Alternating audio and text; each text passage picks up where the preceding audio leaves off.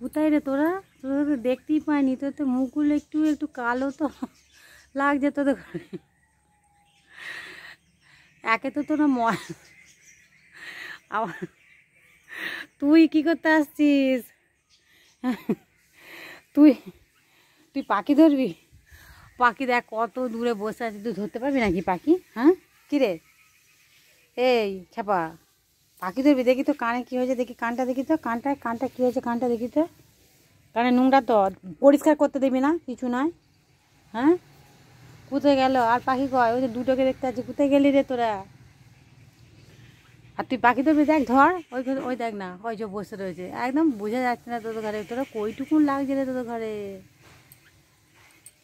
Pick pick করে ডাকছিস? আচ্ছা ঘুরে নে তোরা।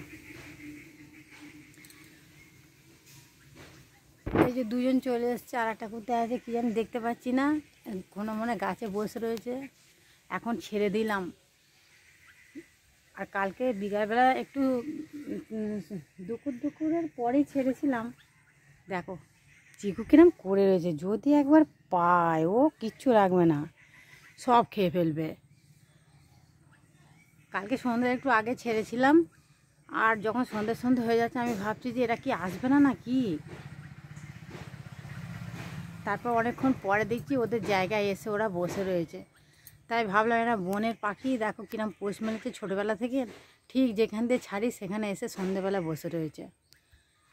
আমি ভাবছি হয়তো আসতে পারবে না, অন্ধকার হয়ে যায়, ঠিক এসে বসে রয়েছে। আবার ধরে খাঁচায় দিয়ে দিলাম। এই যে ও ঝুলতে শুরু করে দিয়েছে পাখির লোভে লোভে।